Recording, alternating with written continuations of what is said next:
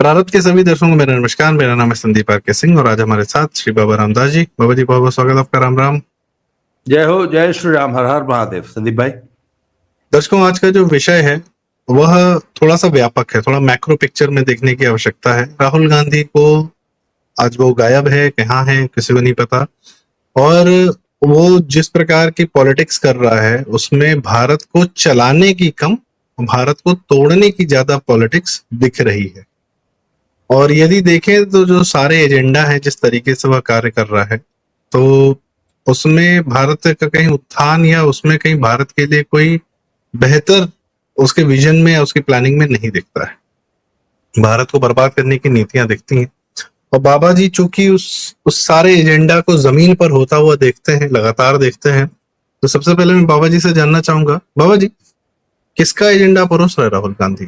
और बड़ा जरूरी है दर्शकों, मैं ये क्यों कह रहा हूँ, हो सकता है ये बातें आपने पहले सुनी हो, पर इसमें कुछ नई जानकारियां, नई चीजें बाबा जी हमें बता रहे हैं, तो थोड़ा सा हम लोग ध्यान देकर इनको सुना जाए। जी बाबा जी बताएं। सर, गोविंद निहलानी की एक फिल्म आई थी द्रोह काल। अन्नू कपूर, आशीष विद्यार्थी, मिलिंद गुनाजी, ओमपुरी, नसीरुद्दीन शाह, अमरीश पुरी, डायरेक्टेड बाय गोविंद निहलानी। उसका जो प्लॉट है उसमें यह है कि इंडियन एजेंसीज ने, आईबी ने अपना एक आदमी प्लांट किया है एक टेररिस्ट ग्रुप में, और वो आदमी है आईबी का आदमी, इंडियन एजेंसी का आदमी है, पर उस टेररिस्ट ग्रुप में शामिल है। सारी सूचनाएं इधर देता है और जरूरत पड़ने पे वो किलिंग्स भी कर रहा है। और एक दिन वो उस टेररिस्ट ग्रुप के शीर्ष पे पहुंच जाता है। फिल्म जब समाप्त होती है तो वो मिलिंद गुनाजी है, वो कैरेक्टर, वो जो है उस टेररिस्ट ग्रुप का हेड बन गया है। अभी उसने आशीष विद्यार्थी को एलिमिनेट किया है। सर, ये कुछ अतिरेक या अतिशयोक्ति लग सकती है, परंतु जो पर्दे के पीछे से काम करने वाली एजेंसीज हैं उनका यह आम मॉडस ऑपरेंडी है। मुझे याद है, बहुत 8 9 साल पहले मैंने कुछ समय बाबा रामदेव के भारत स्वाभिमान ग्रुप के साथ बिताया। तो स्वामी रामदेव जी एक बात कहा करते थे, आपको मालूम है, Swami Ramdev was trained by Ajit Doval ji. क्योंकि जब अजीत डोवल जी रिटायर हुए तो अपने मनमोहन सिंह की सरकार थी, और मनमोहन सिंह की सरकार तो इन्होंने इनको दूध की मक्खी की तरह निकाल के फेंक दिया, तो ही वाज टोटली फ्री। और उन दिनों बाबा रामदेव शेप ले रहे थे, उनका वो अभी शैशव काल था पतंजलि का, और वो पूरे भारत के भ्रमण पे निकलने वाले थे। तो मुझे याद है वो हफ्ते में रोजाना 40 मिनट की एक क्लास उनको एक व्यक्ति इकोनॉमिक्स पढ़ाने के लिए आता था। ये मैं आपको उनके अंदर की बात बता रहा हूं, इनर कटोरी की। He used to study like a student. वो इंडियन इकोनॉमिक्स पढ़ते थे, वर्ल्ड इकोनॉमिक्स, फिर उसके बाद वो जियो पॉलिटिक्स पढ़ते थे, वो फॉरेन अफेयर्स पढ़ते थे। वो ऐसे गूढ़ विषय उनको पढ़ाए जाते थे। उन्होंने खुद वो ट्यूटर्स सारे अपने लिए। तो Ajit Doval was one of the man.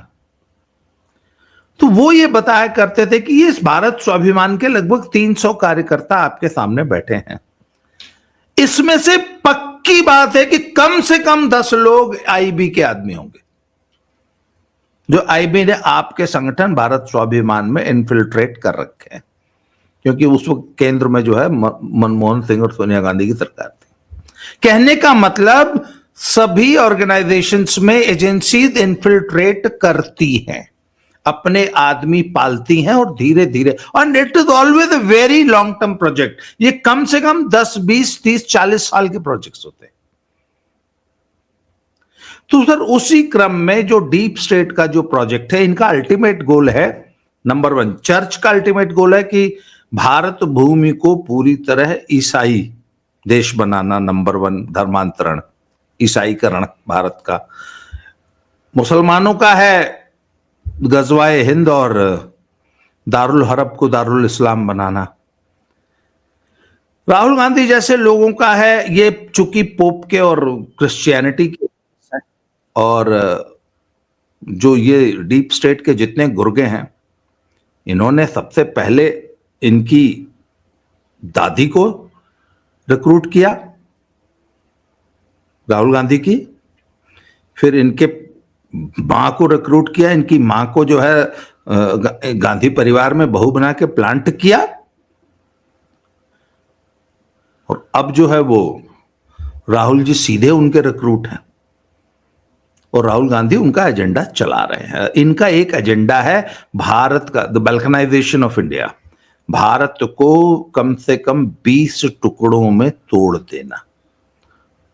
अच्छा, दूसरी चीज देखिए, लॉन्ग टर्म प्रोजेक्ट कैसे चलते हैं। 1920 में, आज से 100 साल पहले, 105 साल पहले एसजीपीसी की जब स्थापना हुई, तो एसजीपीसी को जो सबसे बड़ा टारगेट दिया था कि आज हिंदुत्व की जो सबसे बड़ी ताकत है, मैं आज से 105 साल पहले की बात कर रहा हूं, कि सिख कम्युनिटी है, इसको किसी भी तरीके से हिंदुत्व से अलग करो। और एसजीपीसी की स्थापना ही सिर्फ एकमात्र उद्देश्य से हुई थी कि सिखों को हिंदुत्व के चंगुल, इसको चंगुल वर्ड यूज करते हैं वो, हिंदुत्व के चंगुल से निकालो। और वो प्रोजेक्ट आज तक चला आ रहा है और उसमें काफी हद तक इन्होंने सफलता प्राप्त कर ली। आज आप एक आम सिख से बात कर लीजिए तो वो, उसकी पूरी ऊर्जा, सिखिज्म की आज पूरी ऊर्जा सिर्फ इस चीज में लग रही है कि किसी भी तरीके से सिक्खी को हिंदुओं से अलग किया जाए। चलिए साहब, उसी तरह राहुल गांधी की आज पूरी ऊर्जा है भारत को 20 टुकड़ों में तोड़ना, नंबर 1। नंबर 2, इस्लाम के मानने वालों को ये पूरी तरह पाकिस्तानी बना चुके हैं, ये नहीं, ये इनका बहुत पुराना एजेंडा है। और आज की तारीख में दलितों को हिंदुत्व से अलग करना, उनको ये समझाना कि तुम हिंदू हो ही नहीं। तो सर, इस एजेंडे पे राहुल गांधी चल रहे हैं, यही इनका एकमात्र एजेंडा है। और अभी जो आप उनकी सारी हरकतें देखेंगे, जातीय जनगणना और हर बात में दलित उत्पीड़न जैसे वर्ड्स का इस्तेमाल करना, दलितों को तोड़ना, दलितों को हिंदुओं से दूर करना, उनके अंदर एंटी हिंदू भावनाएं पैदा करना, ये इनका फौरी तौर पर एजेंडा है, जिसपे इस वक्त लेटेस्ट तरीके से राहुल गांधी काम कर रहे हैं। जी, आप अपना सवाल पूछिए, फिर आगे इस चर्चा को बढ़ाते हैं।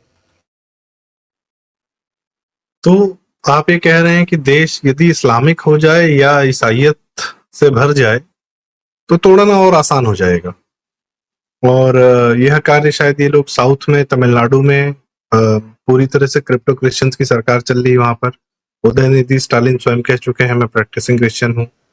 जगनमोहन रेड्डी का पूरा परिवार ईसाइयत से है। आंध्रा में कई लोग बताते हैं कि हर पहाड़ी पे एक चर्च बना रखा है। जालंधर में सबसे बड़ा चर्च बन रहा है। बिहार में मुसलमान भी भरे जा रहे हैं। कल अमित शाह जी ने स्वयं कहा कि भारत में 25% हो गए मुसलमान ऑलमोस्ट, और ये घुसपैठ के कारण हो रहा है। उत्तराखंड हम सब जान रहे हैं क्या हो रहा है। तो अलग अलग भूमि को अलग अलग रूप से, जहां जो जो हिंदू न रहे बस, तो हिंदू सभ्यता है निशाने पर राहुल गांधी के। बिल्कुल बिल्कुल कंट्रोल करेंगे। देखिए, और इसमें क्रिश्चियन तंत्र और इस्लाम दोनों एक हो जाते हैं।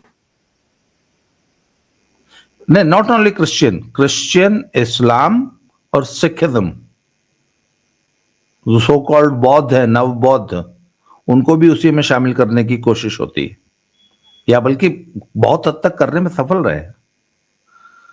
जो आज दलितों के मन में हिंदुत्व के, ब्राह्मणों के, भाई एक मिनट, ब्राह्मण सबसे आसान टारगेट हो जाता है ना इनका। दुनिया की, भारत की सारी समस्याओं का जड़ ब्राह्मणों में खोज लिया जाता है। आज दुनिया में जितनी भी समस्याएं हैं वो ब्राह्मण। अच्छा एक मिनट, ये इन्होंने जो ब्राह्मण टर्म है ये पूरे वर्ल्ड में यूज करना शुरू कर दिया है। कहते हैं हर देश में एक ब्राह्मण वर्ग है। जो भी शोषक वर्ग है या जो भी जो संपन्न वर्ग है या जो भी इंटेलिजेंशिया है, उसको इन्होंने ब्राह्मण नाम दे दिया। तो सर बात यह कि अच्छा, अभी पीछे एक आजकल सोशल मीडिया पे एक नक्शा चलता है कि भारत का जब विघटन होगा यूएसएसआर की तरह, तो भारत कितने देशों में बटेगा। उसमें आज का वर्तमान पूरा हरियाणा, राजस्थान, अपना parts of UP, Himachal, Punjab, ये सारा खालिस्तान दिखाया जाता है। एमपी तक घुस जाते हैं। उसके बाद एक तरफ जो है वो पाकिस्तान का कोई अलग अलग, हिस्सा खालिस्तान में नहीं होता। हाँ नहीं, पाकिस्तान की तो इवन वो जो ननकाना साहब करतारपुर और क्या कॉरिडोर, नाम, ननकाना साहब, करतारपुर कॉरिडोर, वो भी खालिस्तान में। ना ना ना ना ना, वो कैसे?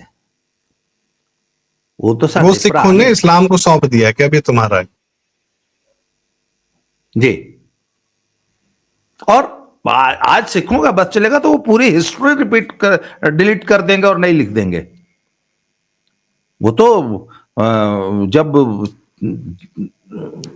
नवाब जो है सरहिंद वाला, वो जो छोटे साहबजादों को जब चिनवा रहा था, तो वो क्या नाम, औरंगजेब वहां से उनकी रक्षा के लिए चल पड़ा था। तो नागपुर में आरएसएस ने गड्ढे खोद दिए थे सड़क पे, इसलिए औरंगजेब पहुंच नहीं पाया। नहीं तो औरंगजेब ने तो बचा लिया होता छोटे नवाबजादों को। वो तो आरएसएस ने करवाया था। इनका बस चले तो ये हिस्ट्री लिख देंगे, ये पढ़ा देंगे।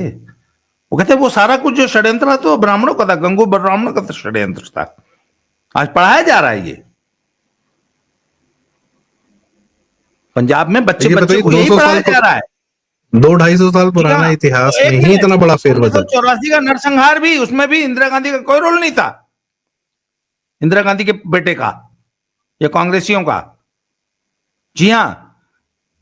और ये क्या नाम, जो ऑपरेशन ब्लू स्टार भी हुआ था, इसमें भी इंदिरा गांधी का कोई रोल नहीं था, आरएसएस ने करवाया था वो। तब ये इतनी बेशर्मी से ये, अच्छा बात ये नहीं, इनको किसी भी लॉजिक से, तर्क से तो कोई मतलब है ही नहीं। अच्छा अभी आपको मालूम है ये जो भैया भगाओ अभियान चला है, उसके बाद गुरपतवंत सिंह पन्नू ने नेक्स्ट वार्निंग दे दी है कि जो दिवाली मनाएगा उसको यह कर देंगे, वह कर देंगे, और 20 अक्टूबर से पहले हिंदू पंजाब खाली करो। हालांकि वो पागल है साला, उसकी बात तो शायद उसकी बीवी भी नहीं सुनती,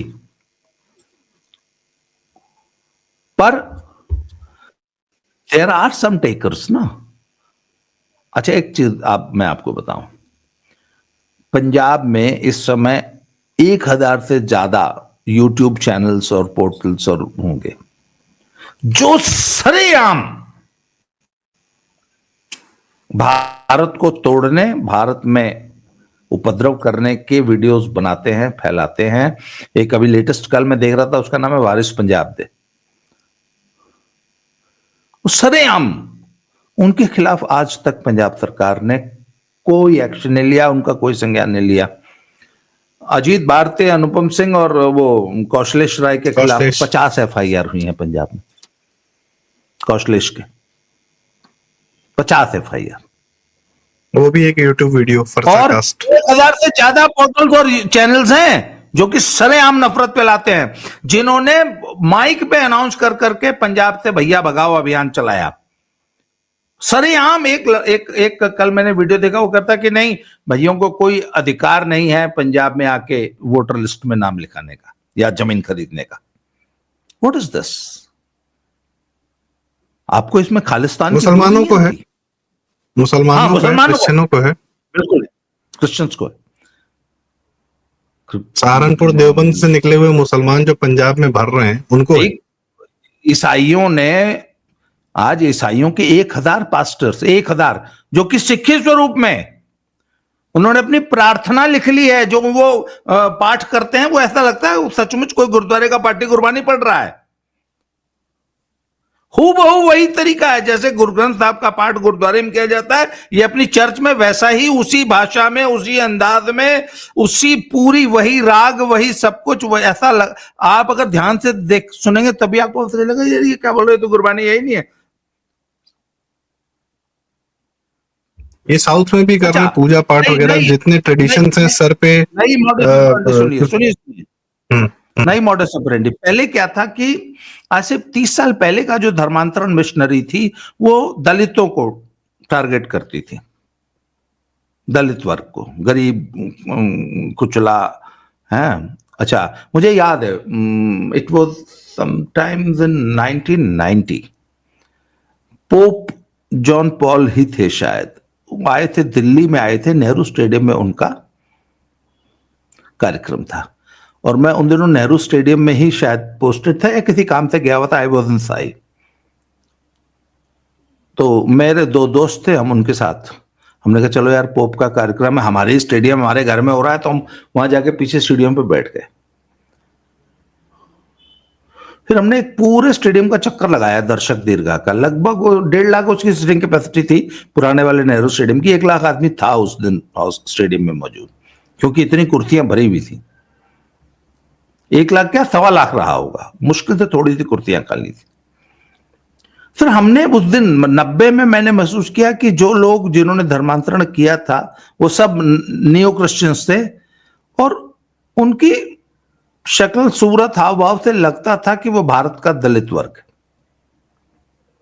फिर उसके बाद इन्होंने एक स्ट्रेटजी चेंज की, उन्होंने कहा कि जब तक हम सवर्णों को अपने फोल्ड में नहीं लाएंगे और हमारा जो प्रचारक वर्ग है जब तक सवर्ण नहीं होगा तब तक हमें सफलता नहीं मिलेगी, तब तक हमें समाज में एक्सेप्टेंस नहीं मिलेगी। तो इन्होंने पंजाब में सर कुछ जट सिखों को बाकायदा खरीद के फंडिंग कर जी। जिस ब्राह्मण को गाली दे रहे वही ब्राह्मण तो चाहिए इनको अपने प्रचार के लिए, ऐसा? हाँ बिल्कुल बिल्कुल। तो सर इन्होंने पंजाब में जट सिख पास्टर्स नियुक्त किए, उनका पहले धर्मांतरण किया और उनसे बोला कि आपने अपनी बोली, भाषा, नाम, लाइफ, सोशल लाइफस्टाइल बिल्कुल नहीं बदलना है, आपका नाम जो है वही रहेगा और आप जो है प्रचार कीजिए, अपनी कम्युनिटी में प्रचार कीजिए। अभी लेटेस्ट कल मुझे पता चला कि जालंधर में एक चर्च है जो चंगाई सभा के नाम पे वीकली वो करता है, शाम को हर संडे 5 बजे। He is by caste Rajput and from UP और उसकी सभा में जाने वाले ज्यादातर लोग पूर्वी उत्तर प्रदेश और बिहार के लोग, क्योंकि मेरी एक मेड जाती है, मैं उससे पूरी खबर लेता रहता हूं, तो वो बता रही थी रायबरेली का तो नहीं है सर? रायबरेली जो भी है, जहां के भी हैं, ठाकुर है। नहीं, सोनिया गांधी के चरणों में लेटने की पुरानी आदत है सर इस इलाके में। जो भी है, अब तो इनका मॉडस ऑपरेंडी देख लीजिए। तो सर ये राहुल गांधी का गिरोह है जो कि भारत में सक्रिय है और भारत का धर्मांतरण करने और भारत को 20 टुकड़ों में तोड़ने के लिए सक्रिय है। और इनका इस वक्त जो लेटेस्ट निशाना है वो इनका पूरा का पूरा फोकस है दलितों पे, देश के दलितों पे। अच्छा, दलितों का ऐसा है कि इनको विक्टिम कार्ड खेलने की इतनी आदत पड़ गई है कि एक आदमी जिसका बाप 7 बार का एमएलए और 3 बार का गवर्नर रहा है, वो भी अपने आप को कह रहा है मैं तो गरीबी से उठ के, हाँ मैं तो झोपड़ी से उठ के आया। अरे भैया तेरा बाप 7 बार का एमएलए और 3 बार का गवर्नर था, तब भी तू कांग्रेसी एमएलए सर। हाँ, कांग्रेसी एमएलए गरीब नहीं होता सर। कितना भ्रष्ट रहा हो। आगे सुनिए, गवर्नर एक एडीजीपी ने जो है अपनी ही सर्विस वेपन से जो है अपना, उसकी बीवी, वो खुद एडीजीपी है, आईजी से भी ऊपर है रैंक उसका, उसकी बीवी जो है वो आईएएस है, फिर भी वो दलित है। अरे साला पुलिस का एडीजीपी भी दलित है अभी तक। क्या गजब विक्टिम कार्ड हो रहा है यार देश में। अगर एडीजीपी भी दलित है, अगर चीफ जस्टिस भी दलित है, तो गुरु कोतवाली को हम क्या नाम देंगे भैया, जो गांव में बेचारा किसी तरह जी रहा है। ये बात होगी सर, जबरा मारे रोने भी न दे। डाबी, मतलब आप कौन डाबी है? राजस्थान टीना वाली डाबी, आईएएस। हाँ, टीना डाबी, टीना उनका डाबी। पूरा खानदान आज भी दलित है, साला थर्ड जनरेशन आईएएस है। उनके यहाँ का सर कुकुर इतने भी आईएएस सेकुलर थे होता कि है। पहली शादी मुसलमान से हुई, फिर जब उसने अपनी औकात दिखाई तो फिर वापस हिंदू फोल्ड में आ गई। नहीं नहीं, थर्ड जनरेशन आईएएस भी दलित है आज भी देश में। तो आखिर इनको दलन से, वो बेनिफिशियरी है ना सर, तो विक्टिम कार्ड से तो बेनिफिट्स बहुत सारे होते हैं, बहुत सारी चीजें अच्छा, हैं, पर फिर भी मैं एक कहूंगा एक कि और हाँ। बड़ा संदीप भाई, एक बड़ा गौर करने वाली बात है, राहुल गांधी पिछले 10 दिन से कहां है? वो वोट चोरी का अभियान कोलंबिया का था, क्या फिर हुआ? वापस आया, फिर कहाँ गया? आया वापस? इसकी तो कोई सूचना है नहीं। मैंने पूरा न्यूज जगत और इंटरनेट सर्च कर लिया। वो वापस आया, कब आया, कहां गया, आज कहां है, क्या कर रहा है, कोई खबर नहीं, कुछ नहीं। परसों एक उसने वीडियो डाला, वो पता नहीं नया है पुराना है कब का है, कोलंबियन कॉफी बनाने की, शायद जो भी था, कॉफी पी रहा था, क्या कर रहा था, परसों की बात। इसके अलावा कोई खबर। अच्छा, एक मिनट, वहां नामांकन शुरू हो गया बिहार में। कांग्रेस में एक जय जगत ग्रुप बना है जिसमें 7 8 10 लोग हैं। सचिन राव उसके हेड है, और ये कृष्णा अल्लावरू और ये जितने लोग हैं, आज की तारीख में जो लोग कांग्रेस को चला रहे हैं, उसमें से एक भी आदमी चुनावी राजनीति का एबीसी नहीं जानता। जिंदगी में कभी चुनाव लड़ा, कभी जिंदगी में क्लास की मॉनिटरी भी लड़े हो, उसका भी कोई प्रूफ नहीं है। मॉनिटर नहीं बने अपनी क्लास के, वो लोग आज कांग्रेस चला रहे हैं। तो राहुल गांधी का एजेंडा बिहार जीतने का कोई एजेंडा आपको लग रहा है, या चुनाव जीतने का एजेंडा है? आखिर राहुल गांधी राजनीति कर कौन सी रहे हैं जब उनको कोई चुनाव जीतना ही नहीं है? सर, जब चुनाव जीत नहीं नहीं नहीं चुनाव नहीं चल सर, रहे थे उनको, देश, एक मिनट, जब राहुल गांधी को सर पीएम बनने के लिए मात्र 150 सीटें चाहिए। मोदी जी की तरह 272 या मेजोरिटी नहीं नहीं चाहिए। नहीं, राहुल गांधी को किसका पीएम बनना है? भारत का पीएम नहीं बनना है राहुल गांधी को। राहुल गांधी को देश के 20 टुकड़े करके देश में 20 प्राइम मिनिस्टर बनवाने हैं, जो कि डीप स्टेट के गुर्गे होंगे। राहुल गांधी को पीएम बनने की सुपारी नहीं दी गई है। 20 देश के 20 टुकड़े करो अगले 20 सालों में, और 20 प्राइम मिनिस्टर बनाओ। और सबको आपस में भिड़ा के रखो, और सबके हाँ, बॉर्डर पे सेना रखो, और और सारे मोहब्बत। देशों को जो है अमेरिकन मिलिट्री पैसा दे और सामान बेचे। दुकान का नाम होगा मोहब्बत की दुकान। सर, ये चुनाव जीतने के लिए यात्रा निकाली थी ने, हाउस ऑन यात्रा निकली थी, भारत जोड़ो यात्रा। चुनाव था वहां गुजरात में, कै सीट आई? गया एक को बार गुजरात में प्रचार करने गया, यात्रा गुजरात में गई, साला गुजरात में चुनाव हो रहा है, यात्रा हो रही है, वो कश्मीर से कन्याकुमारी, कहा गुजरात में पैर भी नहीं पड़ा, हो गया, ऐतिहासिक हार हो गई, कोई फर्क नहीं पड़ता। सर, राहुल गांधी का उद्देश्य चुनाव लड़ना और हारना जीतना है ही नहीं। मिशनरी एजेंडे पर है। हाँ, वह भारत को तोड़ने की उसने सुपारी ले रखी है, और वो उस एजेंडे पे काम कर रहा है। इसीलिए क्या केजरीवाल के समर्थन में भी, केजरीवाल जैसे आदमी को, देश तोड़क आदमी को समर्थन दिया, सरकार बनवाई, और कैप्टन अमरिंदर सिंह जैसे कांग्रेस के नेता के पांव के नीचे से जमीन खींचकर पंजाब को आम आदमी पार्टी के हाथ में सौंपा, क्योंकि कैप्टन अमरिंदर सिंह अपने ही कांग्रेस के नेता, उनको बेइज्जत करके उनको सीएम पद से हटवाया, चन्नी को बिठाया, और उसके बाद अंततः पंजाब चला गया आम आदमी पार्टी के हाथ में।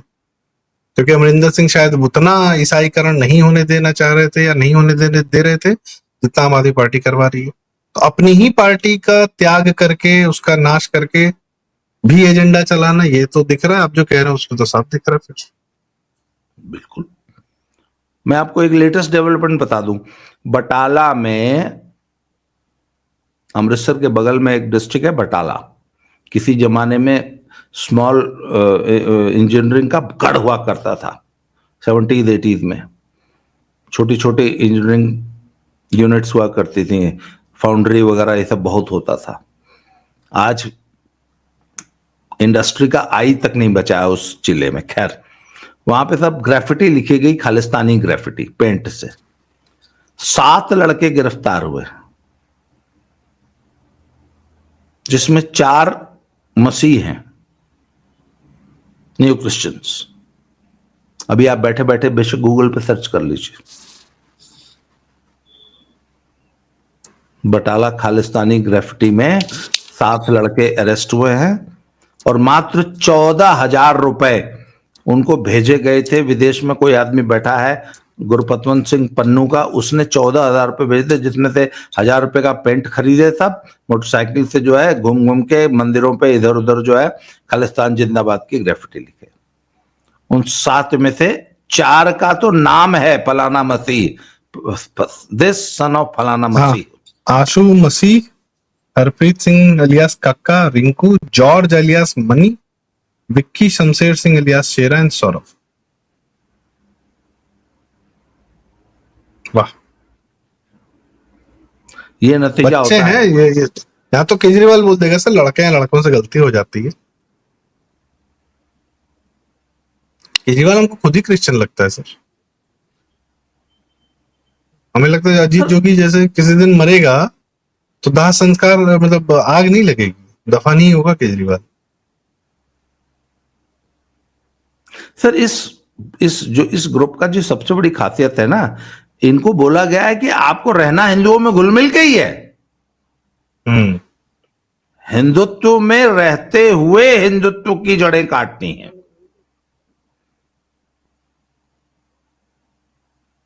बब्बर खालसा इंटरनेशनल के कोई राजा हरुवाल हैं, आर्मेनिया में रहते हैं, वहां से 14,000 रुपए आर्मीनिया, भेजे। वहां से 14,000 रुपए हाँ, भेजे थे। तो साला आर्मेनिया का अपना हिसाब किताब पता पंजाब नहीं की चल रहा है औकात, सर पंजाब की औकात देख लीजिए कि 14,000 रुपए में से 1,000 रुपए का तो पेंट पेट्रोल खर्च हो गया, 12,000 रुपए के लिए 7 लड़के जो अपना जीवन बर्बाद कर लिए। 2,000 रुपये भी पर हेड हिस्से नहीं आया। सर ऐसा है, 14,000 तो कहानी है, कितना मिला कितना नहीं मिला चर्चा हो गई। जेल से निकलेंगे 3 महीने बाद, फिर आगे बड़े नेता हो जाएंगे खालिस्तानी, साबित तो कर दे कि हम ईसाई के हैं। ठीक, ये आपने बड़ा सही, लेकिन इसमें सबसे अच्छा कनेक्शन ये आपने जोड़ा कि ये ईसाई लोग खालिस्तानी ग्राफिटी पे काम कर रहे हैं, खालिस्तानी एजेंडा को पुश कर रहे हैं। ये सिखों का ईसाई नहीं और है, मुसलमान। ईसाइयों का आज की एजेंडा। तारीख में जो जुगलबंदी में 2 आर्टिस्ट होते हैं, ये त्रिगलबंदी है। वीर जी भराजी लोग एक तरफ तबले पे मसीह जी बैठे हैं और हारमोनियम पे जो है भाई जॉन है, बजा रहे हिंदुओं की, बजा रहे हिंदुओं की। सबसे बड़े दुश्मन हिंदू हैं, ब्राह्मण हैं, सब ब्राह्मणिकल पैट्रियार्की। अगर पैट्रियार्की बोलेंगे तो इस्लाम वाली पैट्रियार्की बतानी पड़ेगी। आदमी देख, इसीलिए ब्राह्मणिकल लगाया गया कि नहीं, इस्लाम की पैट्रियार्की और क्रिश्चियनिटी की पैट्रियार्की मत देखो, पैट्रियार्की देखो इधर, ब्राह्मणिकल, दोनों टर्म अंग्रेजी के। अच्छा एक मिनट, नई थ्योरी कि सिखों का तो मुसलमानों से कोई झगड़ा था ही नहीं, ये तो ब्राह्मणों ने लगवाया, हिंदुओं ने लगवाया, हमारा इनसे किस बात का झगड़ा। तो गुरु गोविंद सिंह जी की आत्मा से पूछो या गुरु तेग बहादुर सिंह जी के परिवार और आत्मा से पूछो कि कौन उनको खौलते तेल में डाला था और कौन जो है गरम तवे पे रखा था, या वो हिंदुओं ने मुसलमानों को भड़काया था, इसलिए ऐसा मुसलमानों ने किया था। मुसलमानों का उसमें कोई दोष नहीं है, ये इनकी लेटेस्ट हिस्ट्री है जो ये नैरेटिव का मैटर है सर। ये विशुद्ध नैरेटिव का मैटर है। नैरेटिव पर कंट्रोल की बड़ी सख्त आवश्यकता है, और इसी प्रकार का झूठ फैला फैला के, भाई एक आदमी का दिमाग का फितूर ही था ना, जन्नत और दोजख, तो उस फितूर ने लोगों के मन में भर भर के आज करोड़ों लोगों की हत्या करवा दी, करोड़ों लोगों को इस्लामिक बना दिया। तो चर्च ने किया, वो भी किसी इंसान के दिमाग का फितूर था कि ये एक आदमी आया था, वो भगवान का बेटा था, अब जो है वो चाह रहा है कि सब भगवान के बेटे हो जाएं, चलो भाई हम पूरा यूरोप जला देंगे, नॉर्थ अमेरिका जला देंगे, साउथ अमेरिका जला देंगे। हिंदू बचा हुआ तो हिंदू कैसे बचा हुआ, इसको भी निपटाओ। सभ्यताओं को जिसको मिटाने का शौक रहा हो, शगल रहा हो, वो उसकी आंख में हिंदू खटकता है। शायद इसीलिए राहुल गांधी इतनी जील से मिशनरी एजेंडा को पुश कर रहे हैं, क्योंकि हिंदू सभ्यता खटकती है आंख में। जैसे कि आज की चर्चा राहुल समापन करते गांधी हैं। का उद्देश्य चुनाव जीतना नहीं है, वह आदमी नॉर्मल राजनीति कर बिल्कुल रहा है। नहीं। जी, जैसे क्या कह रहे हैं? वह आदमी जो भी राजनीति कर रहा है वो भारत को तोड़ने के लिए कर रहा है, बस। सही। तो यह बात, दर्शकों आपसे रिक्वेस्ट, कृपया वीडियो लाइक करें, क्योंकि यह बात का ज्यादा से ज्यादा लोगों तक जाना बड़ा आवश्यक है कि राहुल गांधी की असली मंशा क्या है। बाबा जी जमीन पर रहते हैं, देखते हैं, समझते हैं, खासकर पंजाब के माध्यम से उदाहरण के रूप में हमको आपको अवगत कराने का प्रयास करते हैं, बड़ा जरूरी कार्य करते हैं। तो कृपया वीडियो लाइक करें, शेयर करें और चैनल जरूर सब्सक्राइब करें।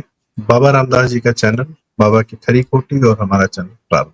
बहुत बहुत धन्यवाद। लिंक दोनों के हम डिस्क्रिप्शन में दे देंगे। बाकी आप लोग की क्या राय है, आप क्या सोचते हैं, क्या समझते हैं, कृपया कमेंट्स में हमें जरूर बताएं। हम सारे कमेंट्स पढ़ते हैं और प्रयास रहता है कि रिप्लाई भी करें। बाबा जी बहुत बहुत धन्यवाद, आपने समय दिया, ज्ञान दिया, साझा किया, पीड़ा साझा की, और जय जय श्री श्री राम। राम।